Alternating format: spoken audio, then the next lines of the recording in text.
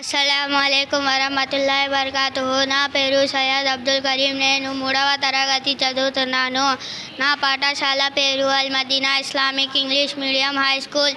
ఈరోజు మన విషయం విరామ చిహ్నాలు. బిందువు. ఈ చుక్కను బిందువు అంటారు. ఒక వాక్యం పూర్తి అయిన తర్వాత ఈ బిందును వాడాలి. ప్రశ్నార్థకము.